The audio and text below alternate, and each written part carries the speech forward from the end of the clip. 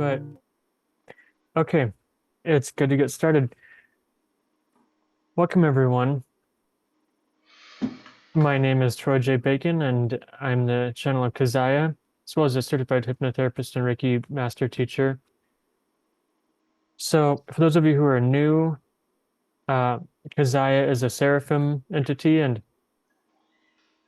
he teaches messages often about consciousness mechanics and our world, and is here to help us understand a bit more about how to get closer to the divine realm as we live in this matrix that he calls the Platrix reality. And so today's teaching, he will be sharing the second part of what he's calling the design of the game, basically the grand game that we're living in. And a lot of this, for the first time, he's challenging me to be a little bit more freestyle, but he has given me a few messages lately, concepts also to share. But anyway, let's get started with Kazaya. Also, just for those of you who are new and listening later as well, I offer private sessions with Kazaya, private healing sessions with Seraphim Reiki, as well as readings from him. He also can convey your light language name for yourself and your soul, as well as ancestral healing. So, without further ado, I will start the channeling.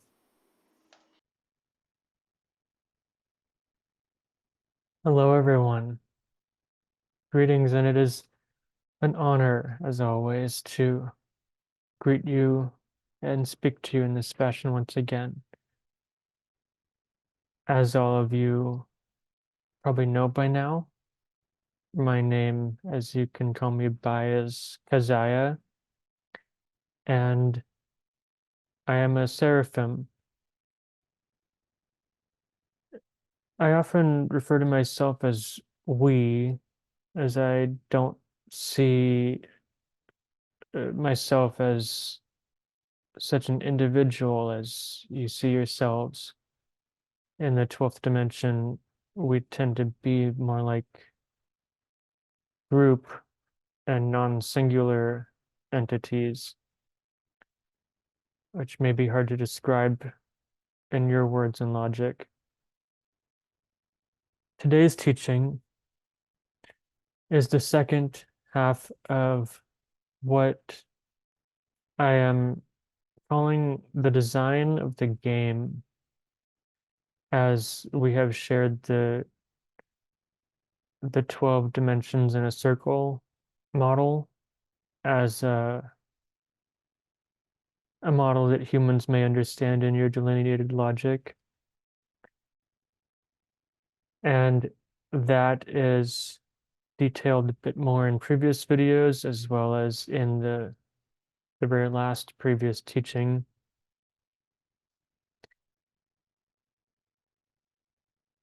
So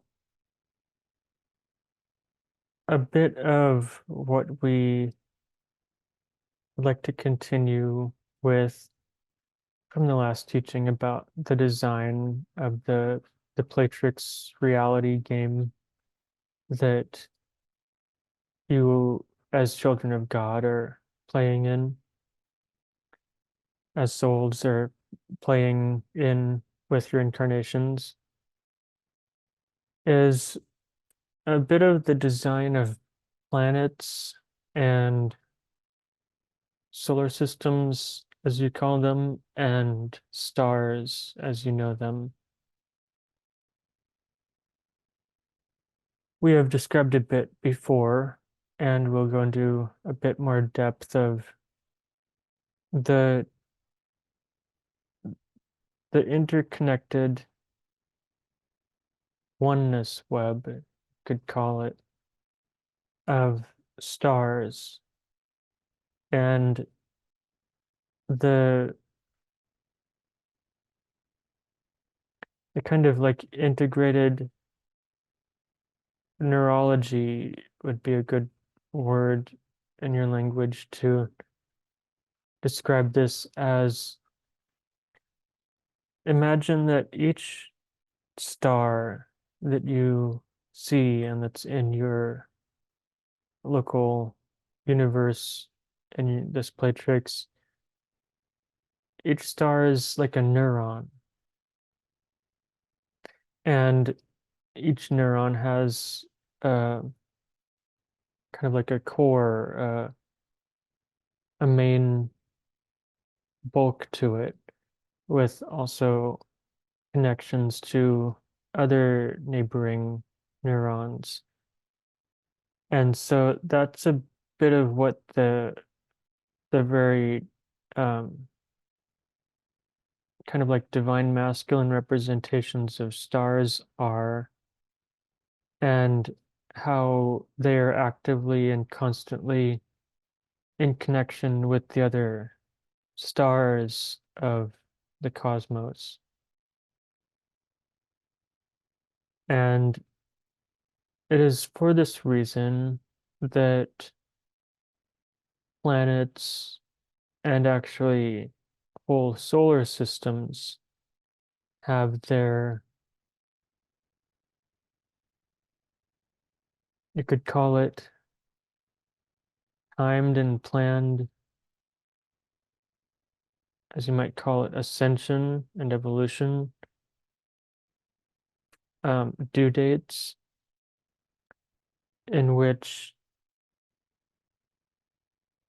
we have described before, with each planet having its own unique, of course, elemental composition primarily, and each planet in the same way having its own unique energy grid as well as energy signature, basically as a soul for each planetary sphere. And this, as you have observed, is the fluctuating cyclical energies of planetary movements that have been observed by all peoples throughout their ages,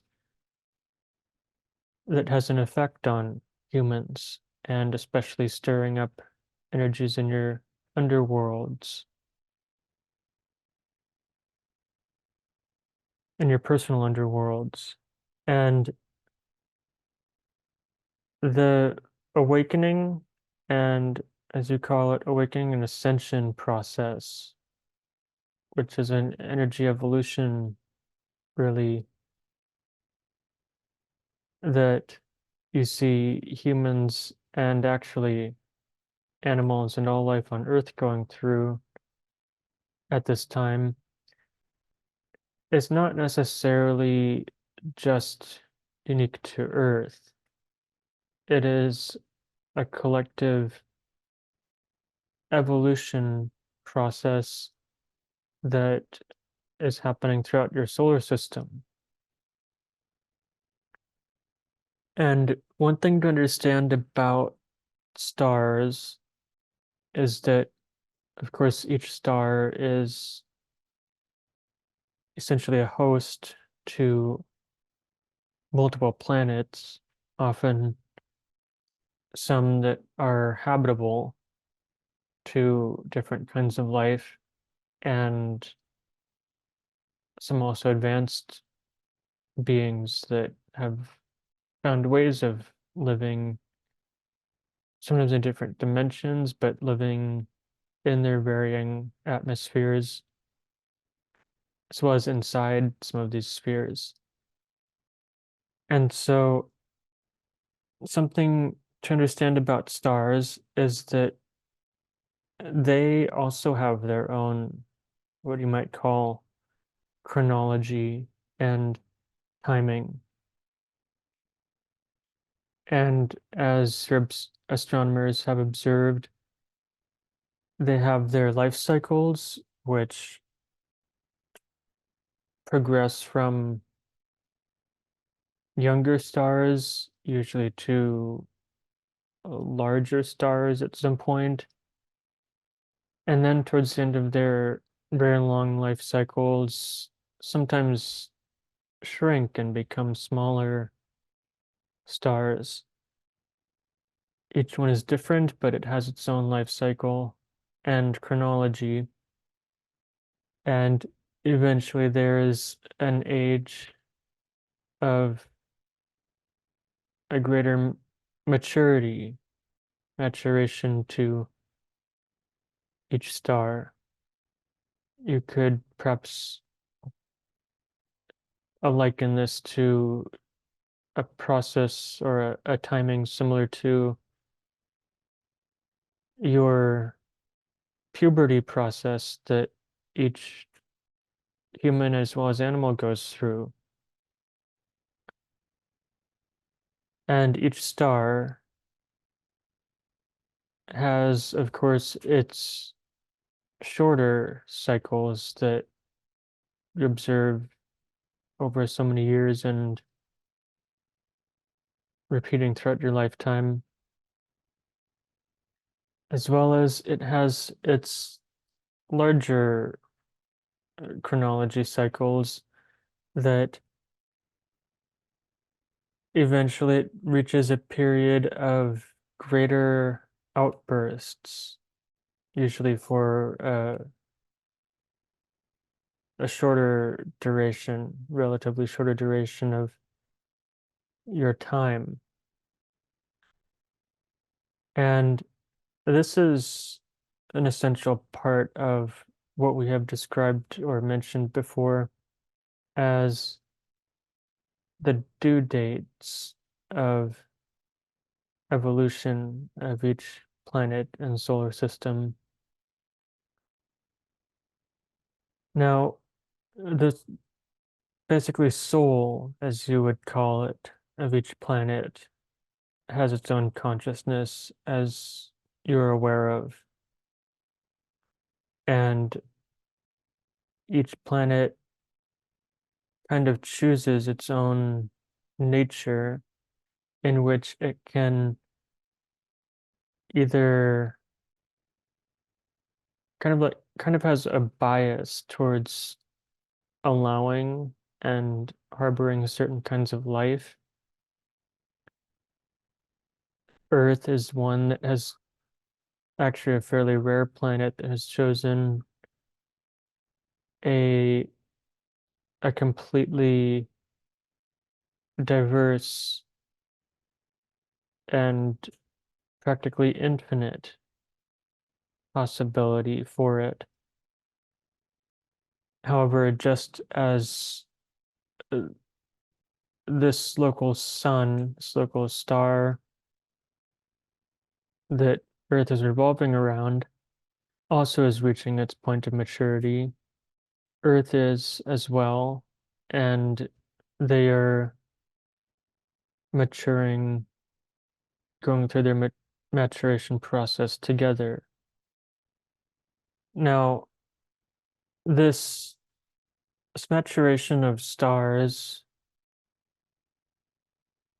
is typically never one that, even though it has its um, bigger outbursts for a duration of time, it's not one that wipes out life. It's not one that harms life on its local planetary spheres. And it is one that the star itself is even aware of the evolving and present life forms on each planetary sphere. Just as many of you are aware that it is the design of the human body as well as animal bodies to essentially be a transmitting circuit, conduit circuit, you could call it, between the the magnetic energies of the Earth as you're on and your sun, as you call it. However, it does not necessarily need humans to transmit and be in communication of magnetic information energies between these two bodies. So many of you are aware of star peoples who have visited and are visiting, and even some are residing on and in this Earth sphere.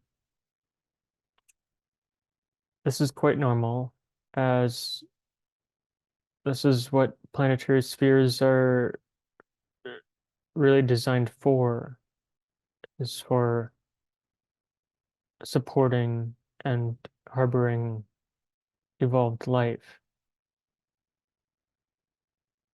And nearly all,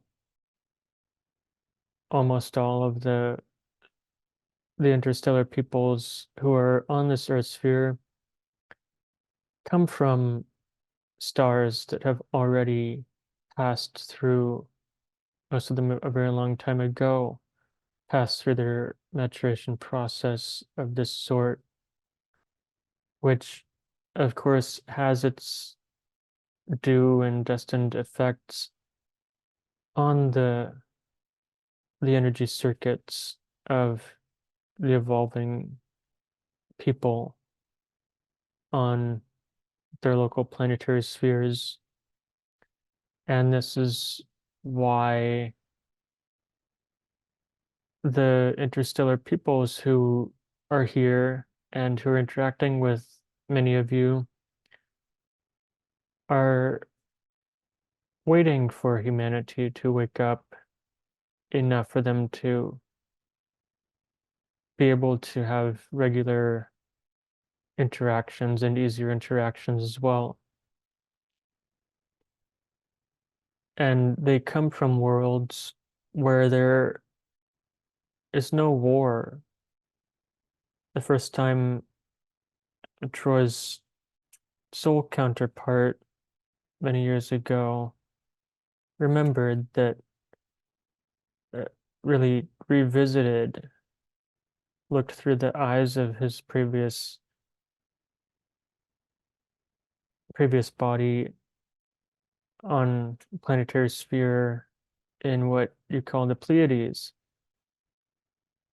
His earthly eyes had to cry because the energy was so beautiful and pristine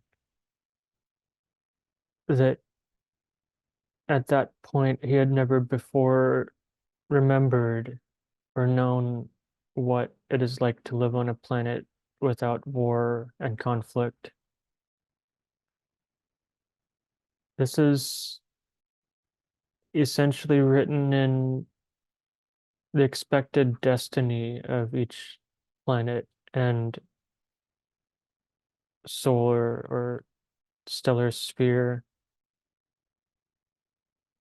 And so now your local sun is maturing, and you could liken it to the process of an adolescent being practically initiated, kind of like becoming an adult, joining with the rest of the world. It is now joining in greater union with the rest of the more evolved, already evolved and mature solar spheres. Now, one of the reasons that we're delivering this mechanical information to you is for the purpose, for the awareness that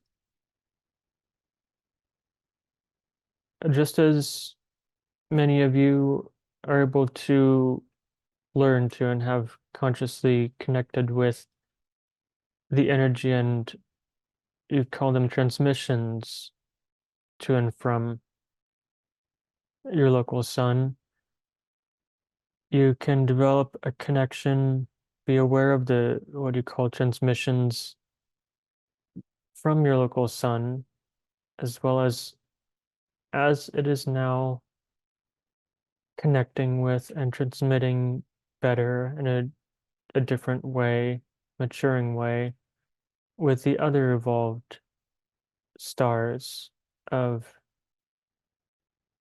your local universe. And in this way, as you develop this intentional awareness of consciousness with stars, you may be able to develop a deeper relationship and understanding of each of them, and the the amazing energies that each of the other stars may be able to share with you and teach you. Now, I would like to clarify that this is different than in that way receiving direct transmissions energy from the the planetary spheres and evolved people in those spheres of those mature stars. And this is because each planetary sphere has its magnetic field, magnetic atmosphere, you would call it. And this magnetic atmosphere is set in place and designed to be around each planetary sphere so that it has an effect of containing the consciousness and thoughts of the people on that planetary sphere. One thing to understand, some of you certainly will understand and may have already heard this or learned this, but your thoughts are contained within your Earth's magnetic atmosphere. Any thoughts that you think about yourself and others do get, in a way, sent out from you and your body, kind of up and outward, but actually bounce back, come back to you from the magnetic atmosphere instantaneously, just as all of you will understand that any energy that you put out will be returned to you. This is part of the law of karma that is written into uh, the the fabric of this Playtrix reality. And the purpose of this containing magnetic atmosphere for each planetary sphere is so that each evolving people on each planetary sphere must learn responsibility, both individually as a person as well as collectively as their people who they share this sphere with. And this is why you see what you call fads within your culture and people. Um, some of these are actually changing quite rapidly and springing up rapidly in your rapidly evolving and changing times, because these things didn't start just with one person putting them out there and then spreading like what do you call wildfire. It's more like multiple people, usually hundreds, thousands at a time, actually have similar or the same thought, the same type of interest, maybe a new invention, a new product, a new, what do you call, slang term, way of speaking. And these thoughts get shared as your population has grown and increased, then this effect just increases with that shared energy kind of feedback, you would call it. People sending out, projecting their thoughts that come back to them and also get bounced around and spread within the magnetic atmosphere. So this is literally the metaphysics of group mentality and collective mentality, of how people of sometimes dozens, hundreds, thousands, millions of people within a culture, within what you call a clique, within a religion, all come together in solidarity, literally, and are connected in that way. And so this is also another reason that you don't just hear the thoughts and get the thought and energy information being transmitted from all of the evolved people on other planetary spheres revolving the mature and evolved suns and stars out there, because each planetary sphere is contained for the purpose of the collective, evolved and evolving collective, learning collective responsibility, just as each soul is imbued with individual responsibility. This is an absolute law that must be learned, your own responsibility for what you have and what you create in each lifetime before you are ready to be considered for progression into other ways of being, other dimensions and realms, as you'd call them. And another, what do you call, tidbit that we would like to share kind of speaks to, for example, the collective fears in this way, collective fears and collective reactions that you're witnessing people having. Often, some of you might call them overreactions, irrational, without thought, kind of uncontrolled emotions and responses, but collective beliefs too, of things that might not even be real or true. Um, it's just a natural mechanism as souls fractalize into each body, that each of you has your different components of your conscious as well as subconscious and underworld minds. But there's also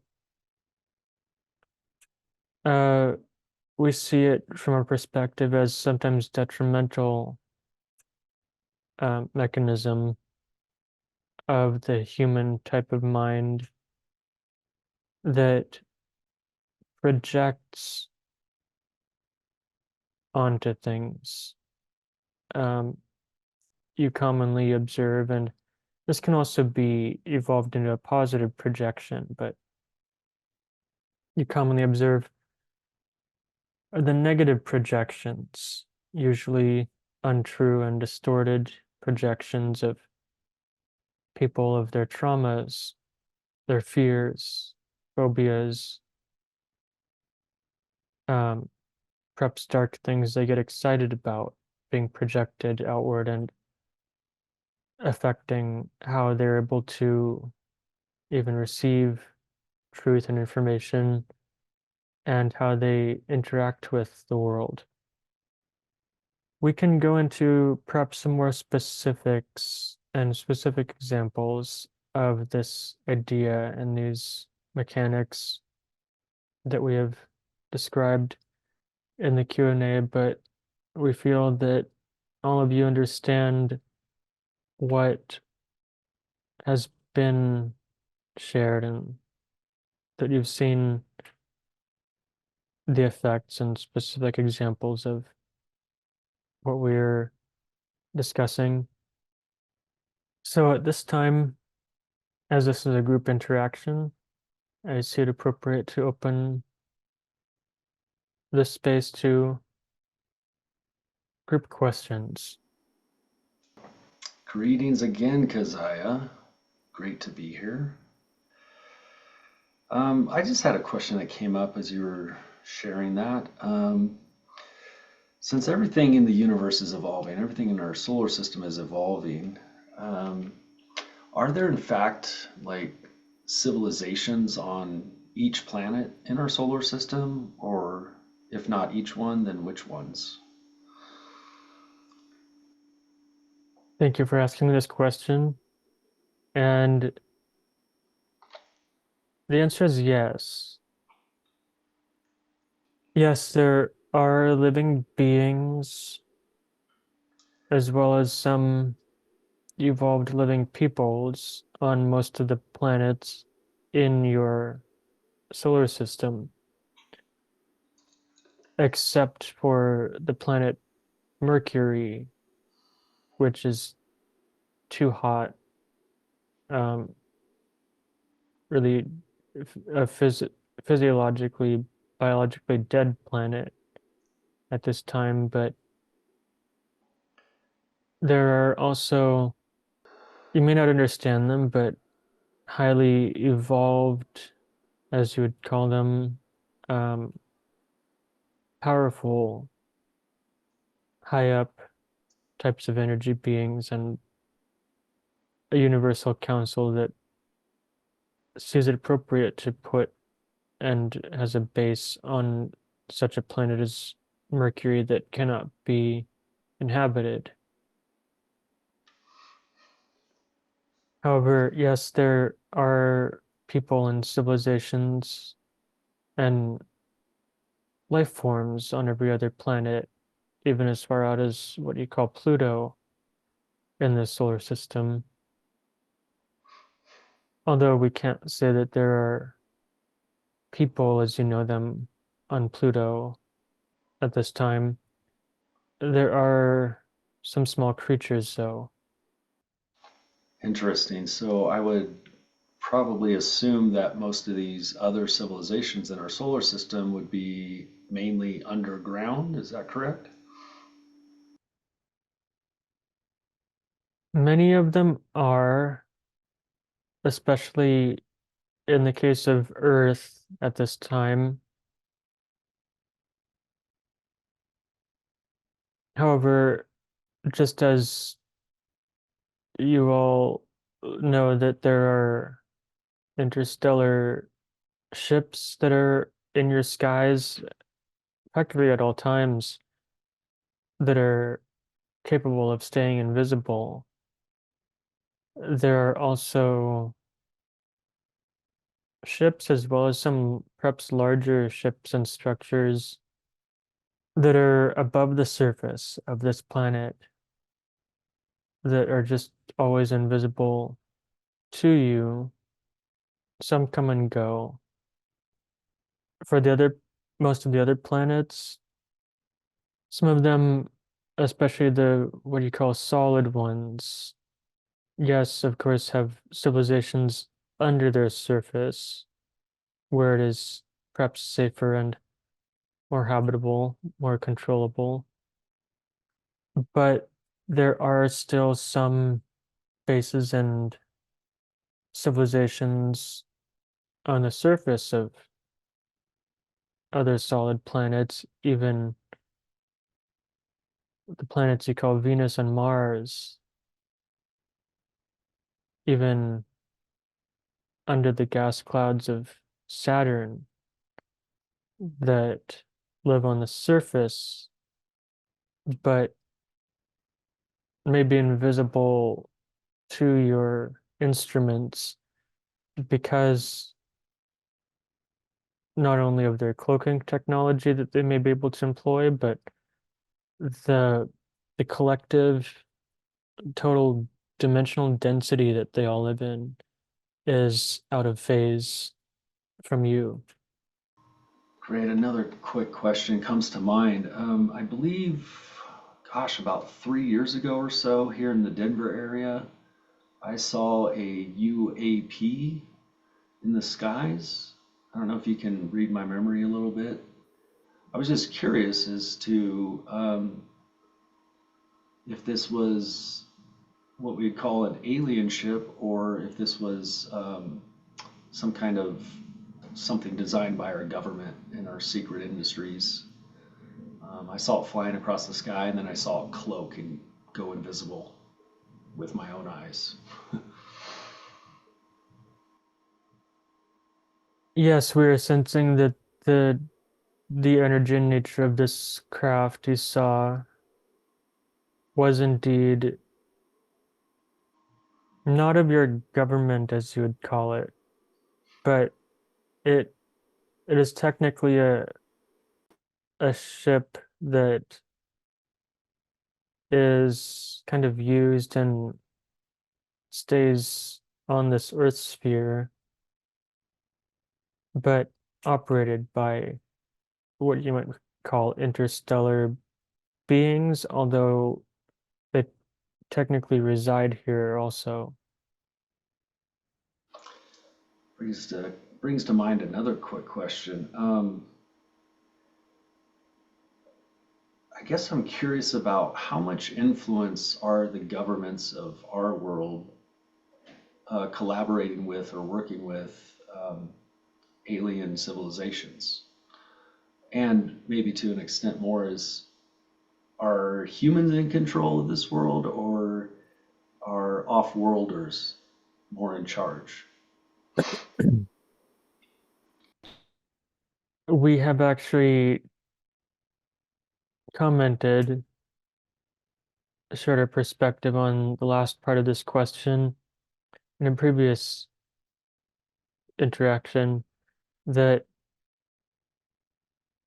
it is primarily humans that have control of this world. And yes, there has always been some what you would call interstellar presence and influence of humans around this world.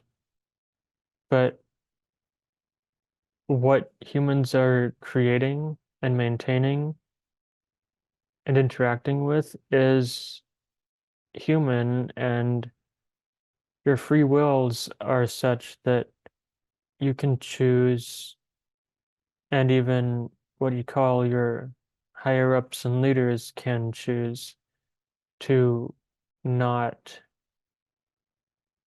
be controlled, as you'd call it, by interstellars that may not have your best evolution and wellness in their interest. So, yes, it is completely human and human free will that pretty much does and can control this planet entirely.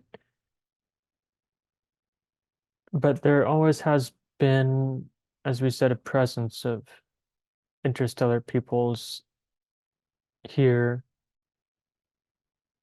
Really, you could call them residents, um,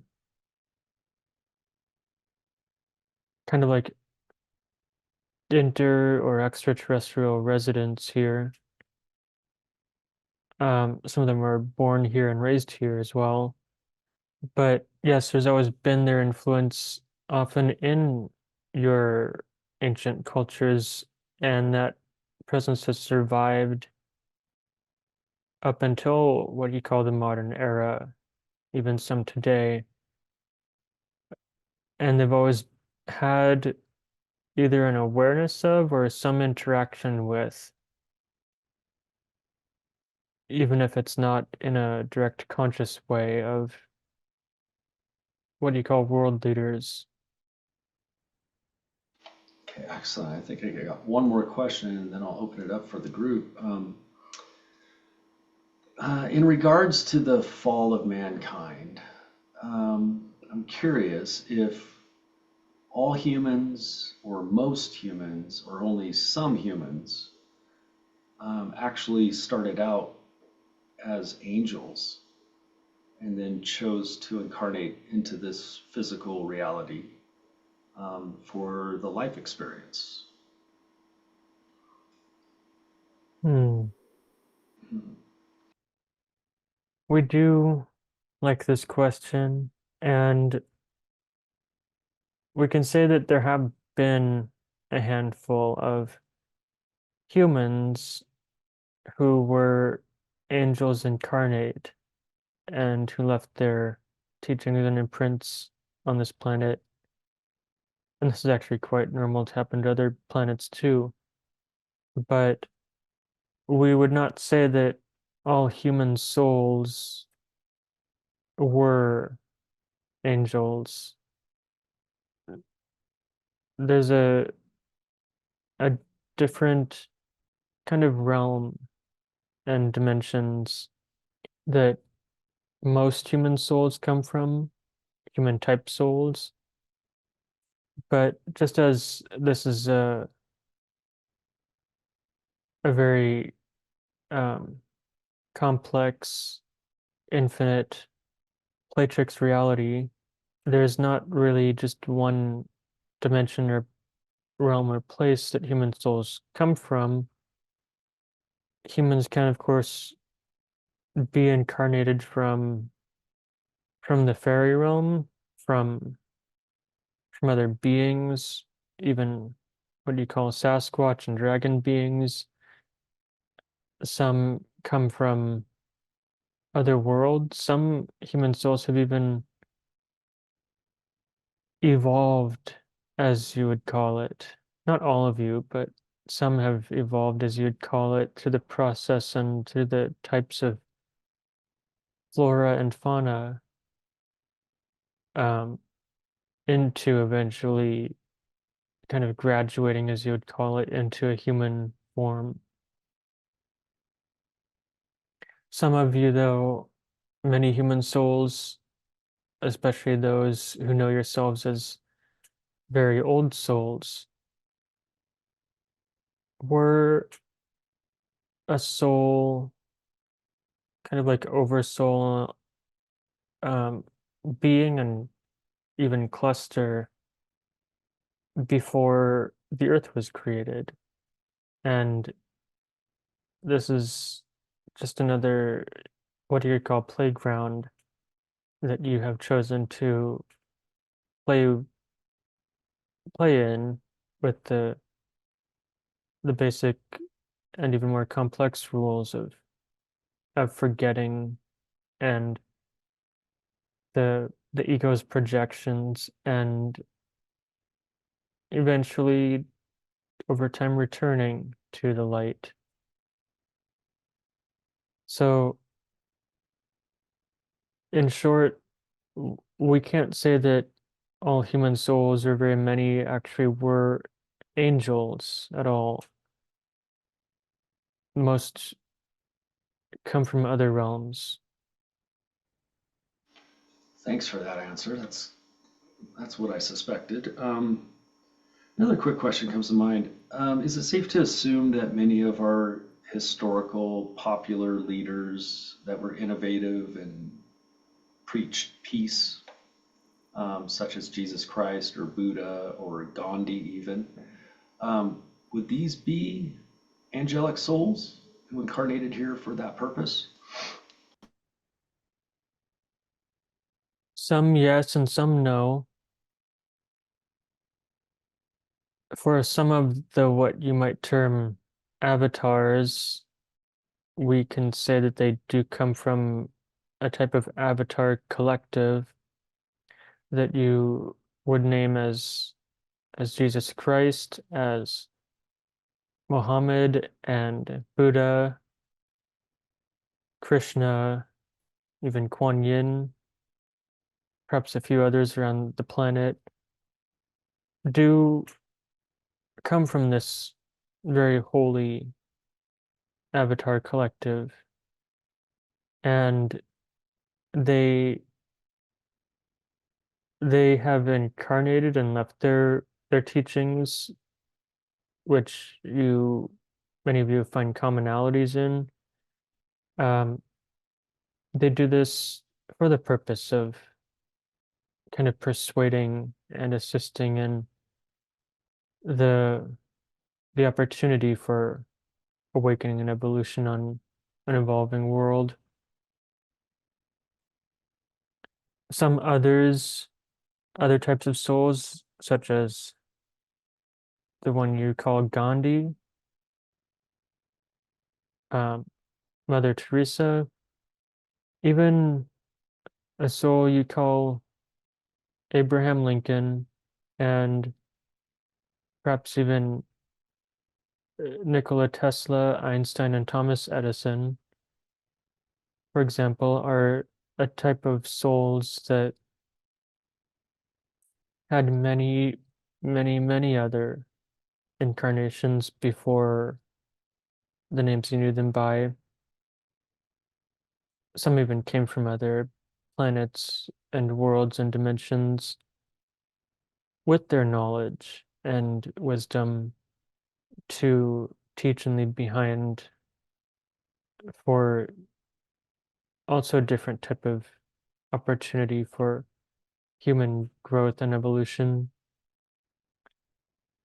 Some of them didn't get received and work out so well, unfortunately, but these others who are not in the Avatar Collective who have left an influential legacy behind, many of them graduated to become ascended masters, or even some of them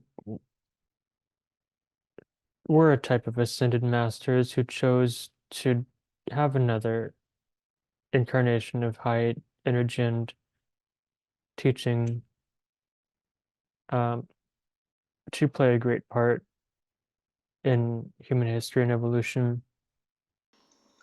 Great. I think I got one more quick question. Abe Lincoln, that's so funny. That's glorious. Um, I've been studying, reading on anthroposophia, which is about 120 years of the culminated study and works of Rudolf Steiner. The first part of the question, I guess, would be was Rudolf Steiner an angelic being or some other type?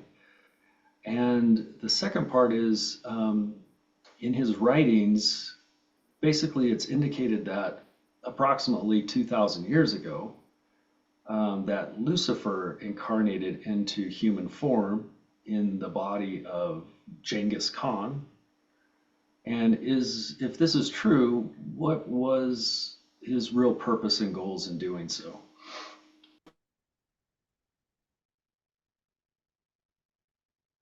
We can comment on the energies that we see for the last question of the person you know as Genghis Khan as not being Lucifer. Um, we can come back to the energy of Lucifer, whereas the soul of the person you know as Rudolf Steiner,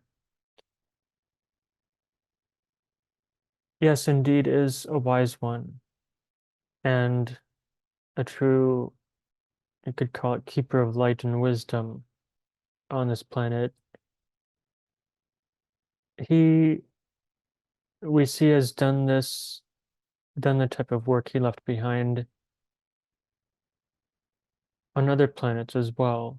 And we can say his soul is actually continuing that type of teaching on another world right now and may come back here too in the future. Um, we can't say that he's an angel or ascended master yet, but certainly a bright and wise one. Excellent. That just brings to mind one more question since we're on the subject. So in our most common world religions, Lucifer's really painted up to be the ultimate bad guy or the source of evil and destruction. Um, can you enlighten us about this? And is it more that maybe we've misinterpreted or mislabeled him? And what is his function on this planet or in this universe? Yes, the entity you know as Lucifer, just as many of you know already, his name, which was not the most ancient name that was given to that energy, but the name Lucifer means light, and Lucifer in your ancient texts was, of course, called a fallen angel. And this is somewhat of a real entity, but also somewhat of an archetype that has been interpreted and witnessed and translated, that many have likened Lucifer to Satan. And Lucifer was kind of like an angel. He's called a fallen angel, but not quite like a holy angel, really. More like an entity and energy that brings kind of direction and, in a way, I guess you'd call it delineation, kind of wisdom of its own, or knowledge, really, about the earth and about humanity and human energy and life energy, a type of light, though, that became misunderstood by some ancients and was called a fallen angel because it is a type of light that keeps people focused and kind of informed about rituals of the earth. Some then, and rituals being in a way of partly physical, but also metaphysically interacting with energy around you and focusing and harnessing energy for a certain purpose, usually in the form of what you call a spell. And in times there were multiple, but times that we call the fall or a fall of humans from glory then resulted in some humans who strayed too far from the light kind of interacting with and interpreting the knowledge that the the knowledge of Lucifer of this world, then distorting it into curses and what is, in a more literal sense, murder. In their language, they excuse it as sacrifice of sacred living beings for usually a darker entity that they believe may give them power, but in reality does not empower their soul. So, in short, Lucifer is a misunderstood archetype of knowledge, but Lucifer itself is not evil. If one interacts with the evil distortion of it or darker distortion of it, that is the archetype that we see as what is named as Satan, which, as we have described in a previous message, that name comes from a word in Aramaic which is Satana, which means forgetting the light and going too far into the dark, too far into, in a sense, selfishness, and too far into what we've actually delineated in previous videos and teachings as sins, which literally means in your language missing the mark, missing your aim toward the light, but forgetting so far that you end up in the dark.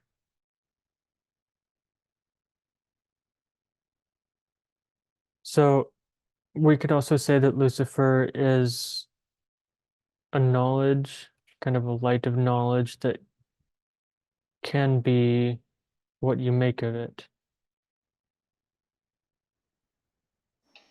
Okay, excellent. Just to expound a little bit further on this topic, so from my studies and readings, I've kind of come to understand that Lucifer is the light side of this entity or intelligence. Is it correct that this would be an energy of service to self, selfishness, or egotism? Or is that more aligned with Ahriman or Satan, as we call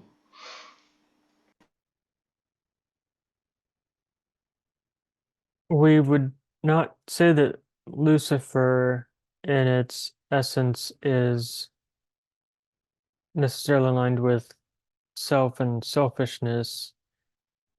It's more just an energy of knowledge, and knowledge mostly of the earth plane, though.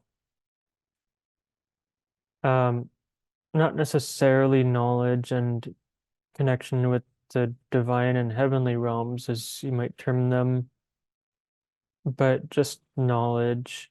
And as your people say, knowledge is power and can be used, interpreted kind of as you make it.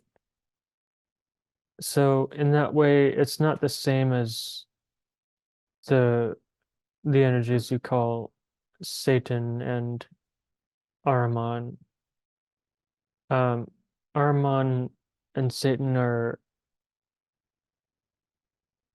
kind of like their own archetype of energy, a little bit on the colder and darker spectrum, but in a way, their own type of knowledge stripped of what you call heart energy, divine energy, and Christed energy. And indeed, Satan and Ahriman energy is more aligned with selfishness and possessiveness. Excellent, cool. So that's leading me to the conclusion that the Luciferic energy is more an energy of wisdom, knowledge, and understanding of this realm, and Satanic energy would be the pure selfishness and lack of light, lack of heart. Correct? Yes, that is an accurate interpretation of it.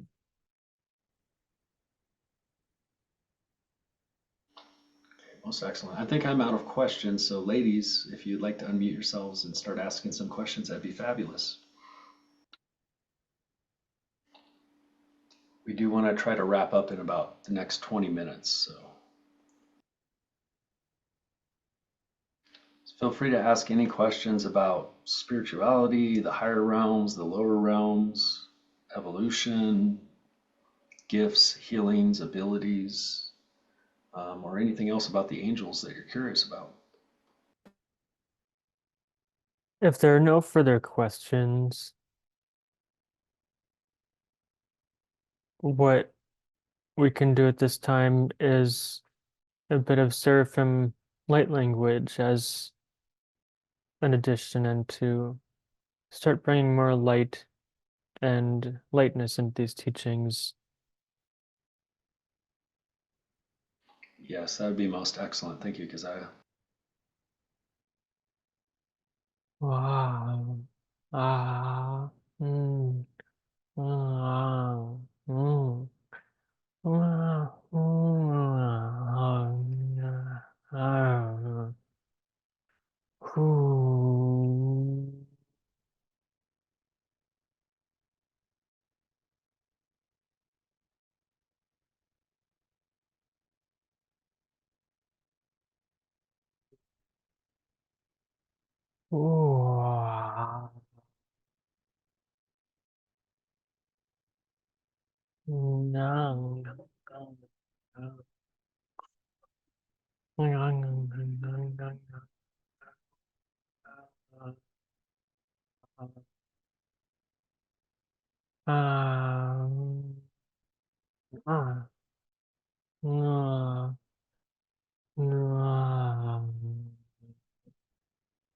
Ah. Ooh.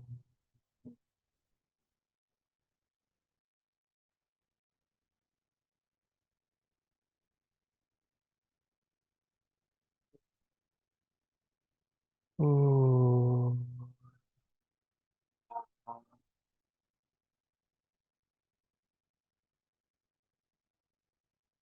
No.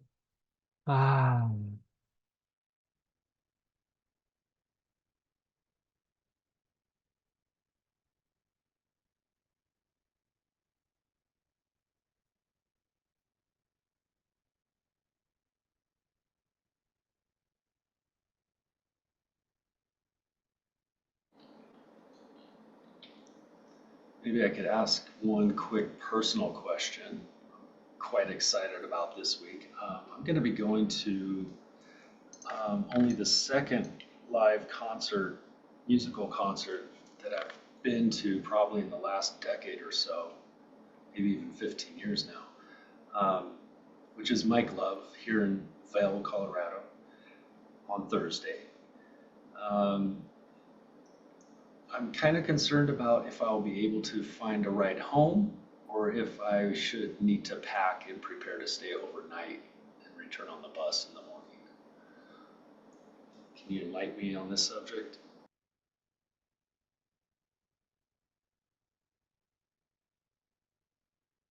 Yes, we are seeing very strong potentials that if it feels right to you, you may pack very light for yourself, and that there will be an individual you'll be able to connect with, perhaps serendipitously and synchronistically, who will be able to give you a ride to where you need to be. The key here is very deep, ultimate trust in the providence of light and angels and source. As many things are being arranged and are arranged for you, a key here also is allowance. There's already a lot of great blessings that we see. Um, Unexpected, you might call blessings, and things that will turn up for you in your favor on this journey of yours, this experience. And you just need to allow for that providence that's already available and arranged in your favor. Thanks so much for that. That's pretty much aligning with what I've been feeling, which is I need to, yeah, pack lightly just in case I have to stay overnight out there. But thank you very much. I believe Heather has a question. Go ahead, Heather. Maybe she won't. Okay, go ahead. How can I open my abilities more? In general, open your abilities more. Yes. We're seeing two main components to speak on at first. And the first is actually a very physical component of doing some more and deeper of what you know already, as well as there'll be more learning you'll have to do for physical management, as well as enhancement and refining of your physical body to then allow for some greater um, kind of like greater holding, greater processing and um, potential of energy and spirit in and through your body. What Troy, what we can recommend to you as well, and what Troy's been guided to, is to be much more serious about staying away from what you call GMO foods and eating very pure foods, especially fresh and living foods that are not tampered with and that are exactly and as much as can be as they were designed to be um, throughout history and forever. And it's through this purification of your body that you will also receive further guidance on, as each body is different. But through this purification, partly through foods, through very pure and activated water, perhaps, clean air, we can recommend,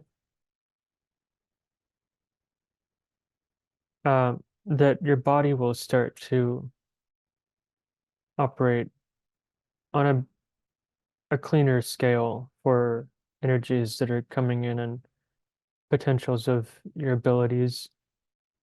And of course, we can always recommend more frequent bare skin and barefoot contact with the earth itself to ground and regulate your energy.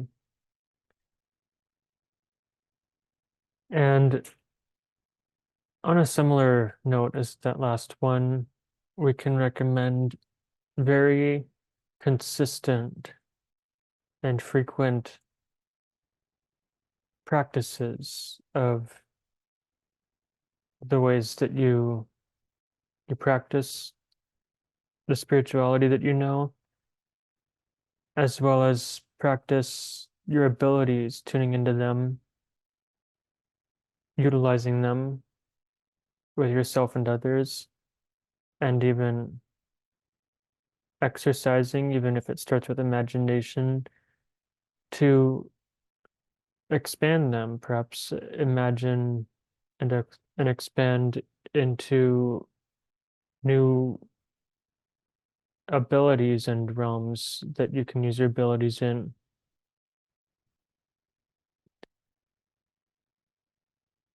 Those are the main points that we recommend starting with that we see will help to strengthen and enhance your overall spiritual abilities. Heather says, thank you. Jess or Crystal, would you like to ask a question? Could be something personal if you like. I don't have anything right now. No, I'm good too, thanks. Okay, great, excellent. Well, then I have one final kind of silly side question here. Just because I've been discussing it this week with some friends, and I'm curious on the subject of marijuana and marijuana consumption.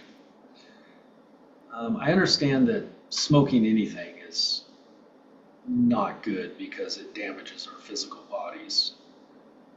And also understand that smoking marijuana opens us up or puts holes in our aura and opens us up to negative energies, negative attacks.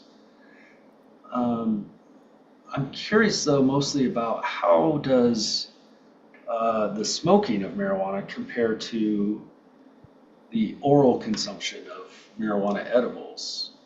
Is smoking much worse, or are edibles slightly better, or are they actually non-harmful when consumed this way?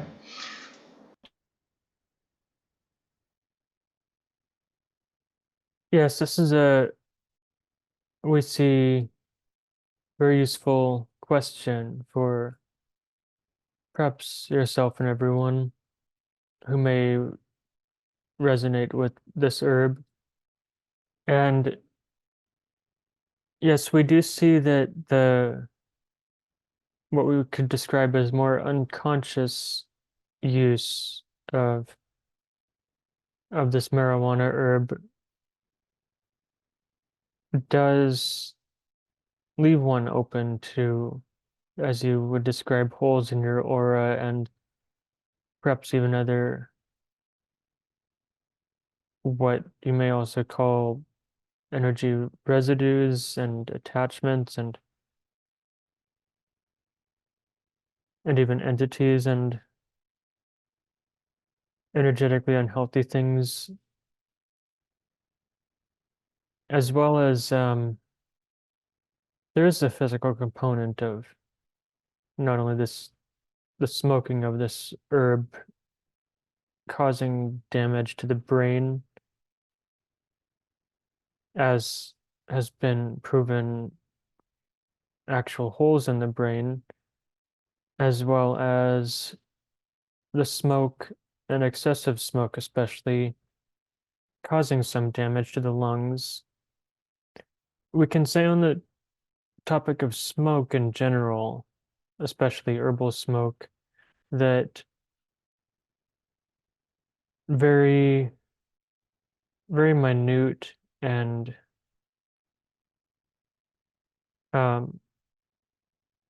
regulated exposure to smoke isn't terrible for the lungs and the lungs can regenerate given the moderation of it.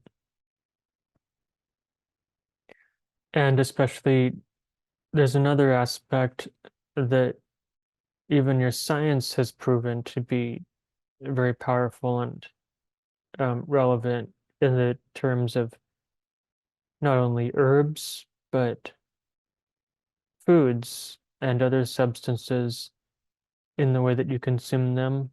And it's what you call intention of, and also belief of what you believe it will do to you, how you believe it will affect you, to what degree, as well as the intention is powerful of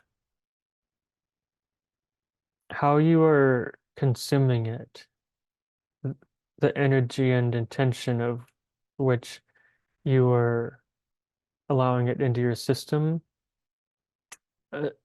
And we can say that nearly all herbs are healthy and can be beneficial to some degree, some to greater degrees, as long as they're used in a very intentional and what you call ceremonial way. For the herb you asked about that you call marijuana, the unconscious, unintentional, and just casual smoking and ingestion of it does have a similar effect to the person as the intention that they have and they're feeling when they're ingesting it. And that is a reflection of their energy, their emotion, their intention. If they're taking it just as nearly any other food or substance simply for pleasure and for entertainment, for example, then it's going to behave in their body and in their energy in a similar way as their energy and emotion is behaving. So if they're just allowing it to take over and allowing it to help them feel better simply for the purpose of as you call it, getting high, and not actually with an intention, but with just the intention of letting go and allowing it to essentially have a control of them, then that does extend that energy which they start with into the effect of allowing perhaps other energies and entities to have an effect and control of them. And indeed, as many of you may already know and suspect, there are what you may call spiritual ecosystems, that there are particular beings and energies that essentially interact with and feed off of such types of energy. Whereas just as with other herbs, this marijuana herb can be used in a very intentional and careful and ceremonial way that can yield beneficial experiences and results. And just as previously mentioned, it will also extend the emotion and intention, energy of the person that they start with into their experience of, especially if they're very intentional and mindful and in control of themselves, then this may lend them an experience, perhaps even in another world or realm, or even within themselves, of being aware and somewhat in control of what is happening, but still a unique experience. That is the basics of what we can say on the effects and ingestion of this marijuana herb. Thanks so much. Yeah, I think this is a subject that's near and dear to a lot of human hearts. I think this is one of the most popular herbs that humans consume. And so what I'm hearing is that, well, I was a heavy marijuana smoker for about 30 years or so. And so what I'm hearing is that was maybe not the best choice on my part. I was using it unconsciously most of the time. But I'm also hearing that maybe the occasional consumption of, say, of it in an edible form, in a spiritual kind of ceremonial practice, is not something that we should consider as unhealthy or bad for us, or that could actually be quite good for us. Is that true? Objectively, yes, the substance does not have to be always objectively harmful to you in any way. Just as we have taught Troy, just the simple act of incarnating and living is a form of energy work of the soul, just in living and every experience.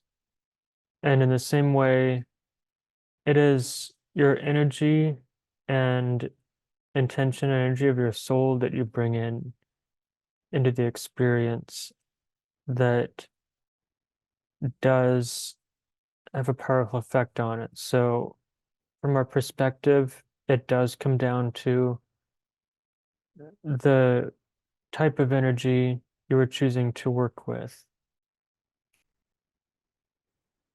Fabulous. Thank you so much, Kazaya. We want to be respectful of Troy's time.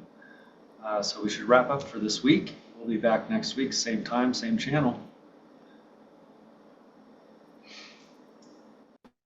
Thank you all, and it has been an honor as always to be able to convey these messages and speak with you in this fashion.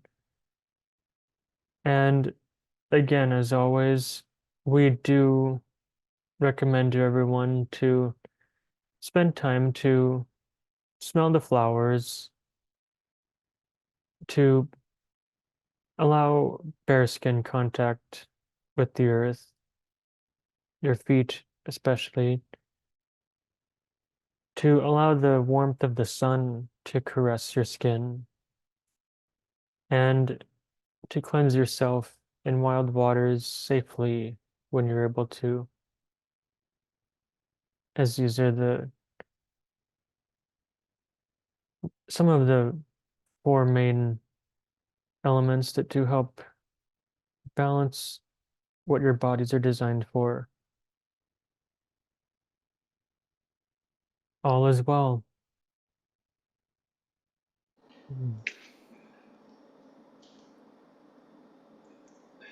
Thank you, everyone. That was, again, interesting and an experience.